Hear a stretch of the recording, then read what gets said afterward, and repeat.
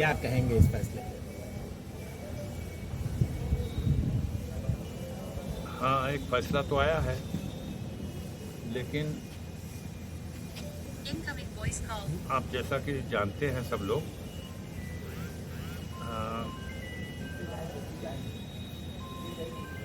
वर्ष 2005 में 29 नवंबर 2005 को भांवरपोल थाना क्षेत्र के अंतर्गत माननीय स्वर्गीय विधायक कृष्णानंद राय की जो हत्या की घटना हुई थी, हत्याकांड की, उस घटना में हमें साजिशकर्ता की संज्ञा देकर आरोपित किया गया।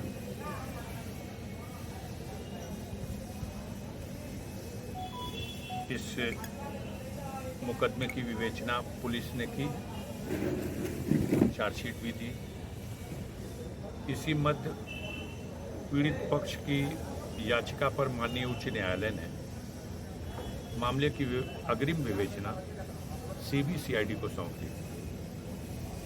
सीबीसीआईडी ने इसकी विवेचना की और सीबीसीआईडी की चार्जशीट आने के बाद पीड़ित पक्ष की याचिका पर माननीय सर्वोच्च न्यायालय के आदेश से इस मुकदमे का विचारण गाजीपुर उत्तर प्रदेश से ट्रांसफर करके देश की राजधानी दिल्ली में भेज दिया गया और दिल्ली में स्पेशल कोर्ट सीबीआई की जो एमपी एमएलए कोर्ट है, उस कोर्ट में इस मामले का विचारण हुआ और 3 जुलाई सन 2019 को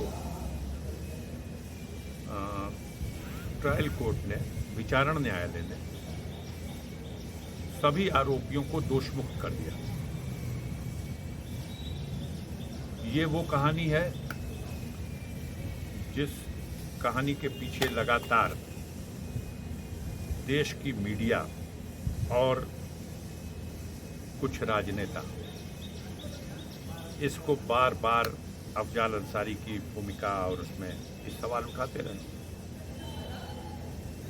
दुर्भाग्यपूर्ण परिस्थितियां ये बनी कि उसी मुकदमे को आधार बनाकर वर्ष 2007 में मोहम्मदाबाद थाने पर बनाम अफजाल अंसारी एक यूपी गैंगस्टर एक्ट का मुकदमा 3/1 धारा 3 पोस्ट में 1 ये मुकदमा पंजीकृत किया गया। मुकदमे के जो चार्ट है,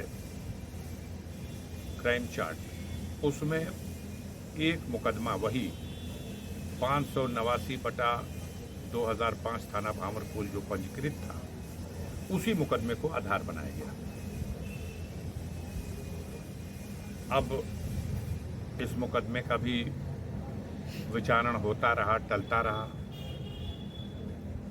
और अंतोगत्वा गाजीपुर की ट्रायल कोर्ट ने 29 अप्रैल 2023 को, याद रखिएगा वो तिथि 29 अप्रैल, हमारे गाजीपुर के मीडिया के लोग तुक में तुक खूब मिलाते हैं कि 29 अप्रैल का भी अफजाल अंसारी को सह नहीं सकता। आज भी 29 अप्रैल है, 29 तारीख, आज भी 29 तारीख है। तब अप्रैल का महीना था जब हमारे न्यायालय से 4 वर्ष के साधारण कारावास और 1 लाख रुपए के अर्थदंड से दंडित करने का दंडादेश पारित किया गया। मैं जेल गया। माननीय उच्च न्यायालय इलाहाबाद में याचिका दाखिल की, अपील दाखिल की। गाजीपुर के सेशन कोर्ट के स्पेशल एमपी एमएलए कोर्ट के फैसले के खिलाफ इस अपील में, ये अपील हमारी सुनी जाए। इस फैसले में ये दोष है। माननीय उच्च न्यायालय ने प्रथम दृष्टया उसे सुनवाई के लिए स्वीकार तो किया, मुझे जमानत भी दे दी, लेकिन सजा का जो आदेश था उसे निलंबित नहीं किया। परिणाम स्वरूप मेरी सदस्यता जो निलंबित कर दी गई थी वो बहाल नहीं हो सकी।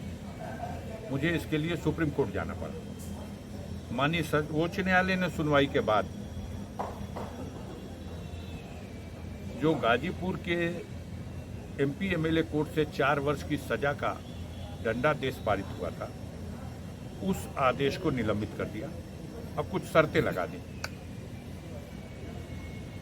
उन शर्तों का पालन किया गया, जैसे आप सदन की कार्रवाई में भाग लेकर मतदान नहीं कर सकते, कोई भत्ता नहीं ले सकते, तनख्वाह या कोई मौद्रिक लाभ नहीं ले सकते।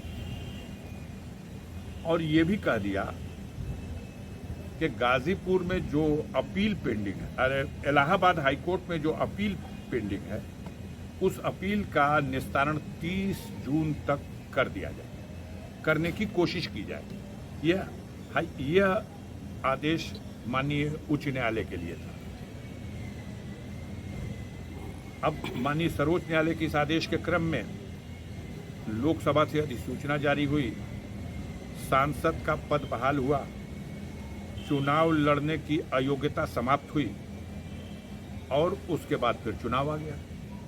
माननीय सर्वोच्च न्यायालय ने अपने आदेश में यह भी लिखा था कि आप चुनाव लड़ सकते हैं, लेकिन अगर आप चुनाव जीत जाएंगे तो वो निर्भर करेगा जो आपकी अपील का फैसला आएगा उसके ऊपर।